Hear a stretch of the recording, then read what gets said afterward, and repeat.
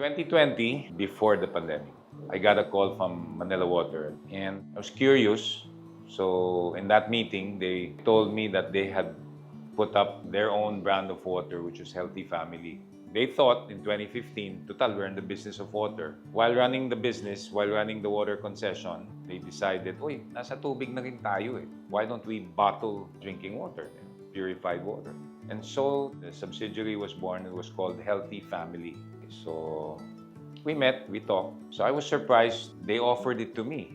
In fact, I have an uncle who used to mentor me when I was younger. I usually run to him when I make big decisions, and so I went to him and asked him, Tito, I intend to go into this. And then he said, it's pandemic. Sabi ko, si lolo ko who mentored you always said that best opportunities come during periods of crisis. And this is a crisis. And he said, kailangan, you need to be on the lookout for an opportunity. But to be honest, that's a leap of faith. We had 12 people to start off with in the sales team.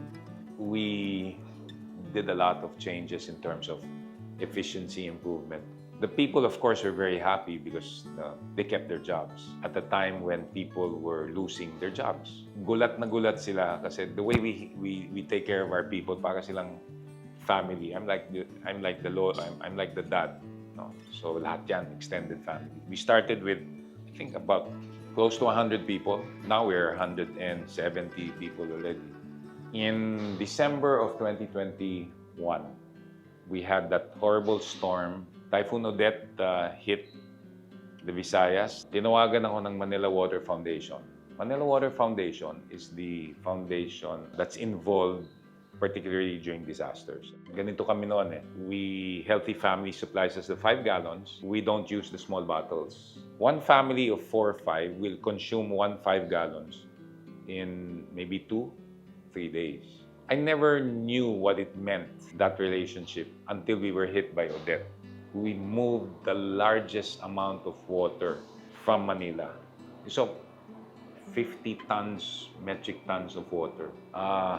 That's a lot of water, guys. Yung isang brad ko, connected me to the Navy. 4 tons lang ang cash sa isang bag ko namin. Sabi, I will dedicate to you, boss, 4 vessels. So 50 divided by 4, that's the number of trips we'll take back and forth. But sa inyo lang po ito. Promise ko. We celebrated the holidays January 15 na. Tapos na kami mag-ship out. So after that, this buddy of mine from this large advertising company, he joins me in January. There's this comment that said, how can you not fall in love with these guys? So he came up with Love in Every Drop. In honor of the relationship I've now established with Manila Water, I retained Healthy. And then Pure, kasi si Wilkins naman, na dala ko ng maraming taon, is Wilkins Pure. Yan. So pinagdugtong ko lang, kaya naging Healthy and Pure. Ever since, kasi every Christmas we have a special video. That first video was precisely the story of the takeover, of how we saved the people, how hindi sila nawalan ng trabaho. I always counted it in terms of, okay, you're working for me, but you have a family. You have a wife, you have 2-3 kids, so 5 kaagad. Tapos yung 5 na yan, may lolo, may lola. So your extended family can be what, 10 for every employee? Can be 10 to 15. Multiply that by 100, that's the number of people I feel that I need to take care of. My wife and I, we've always been like that. Always. That's how we were raised. So, following year, 2022, nilapitan na kami ng Kapuso Foundation. And sila naman, their idea of helping, yung relief nila is our food packs really. And in the food pack, they have the 1-liter bottle. Several 1-liter bottles. So, 2 or 3. Good for small family. So, yun. Pero kompleto na. Fast forward, lumalaki na kami. Pag Makati Med, lahat na ng hospital na MVP. Then, the hotels, sabi ni Shangri-La, sige, lahat na ng Shangri-La sa inyo na. And then, si Soler, North and South. In other words, the business it expanded. We improved our facilities. We improved our certification. It's called the Hazard Analysis Critical Control Point, HACCP. That is the gold standard, the golden standard. Yun ang hinahanap, yung HACCP. So, maraming sila na lumalapit. Recently, ito medyo proud ako ngayon, the largest in-flight caterer. Ito yung mga nagsiserve ng pagkain sa eroplano. The largest and who supplies only the best airlines. Si Global Catering accredited us. Wow, medyo wow yun. Sabi ko, we're very unique. Kami lang may steel pallets to store the 5 gallons. Ang 5 gallons, bawal ilagay sa sahig. It always has to be above. It cannot touch the ground. We have our own in-house laboratory where we test the water. Our head of QA will explain to you. Okay, so here we conduct the in-house laboratory testing po for our water. Yung isa, morning, and then the afternoon.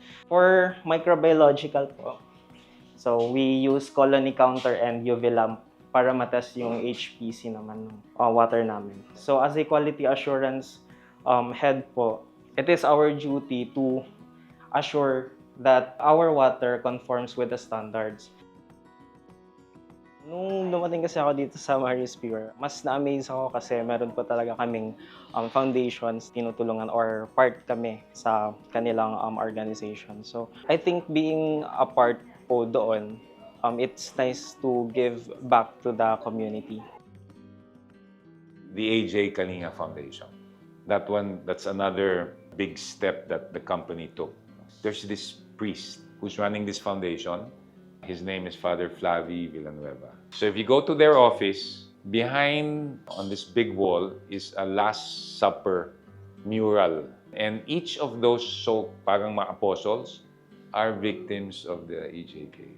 And as the story was going, ito na, lumuluha na ako. Unti-unti na ako lumuluha. So by the time Father comes, so tinitingnan niya ako, so may puso ka rin pala. So sabi ko, why don't we do something that's design a program that is self-sustaining. Sabi ko, this is how it will work, Father. We go out to a restaurant business owner. We tell him, boss, baka naman pwedeng you carry this water. Itapat mo kami dun sa mga big time. We're as good or even better. So we approached the Bistro Group and we told them, boss, if you sell Tubig Kalinga as against the water you're selling now, every bottle that's sold to your client, X pesos gets back to the Kalinga Foundation. So from Manila Water Foundation to Kapuso Foundation, now with Kalinga Foundation. Now, the last thing I want to add is this. My wife has always told me, when we enter this business, alam mo, maraming tao galit sa plastic because of the waste.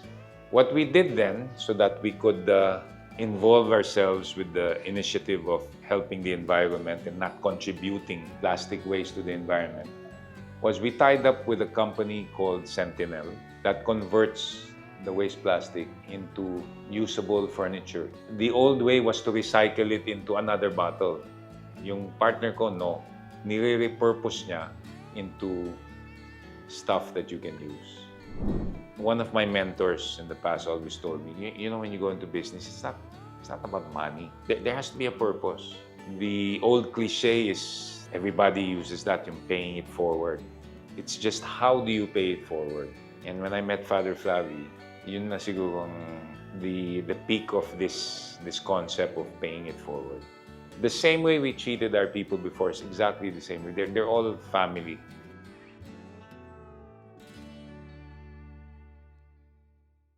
Simple.ph. Living made simple.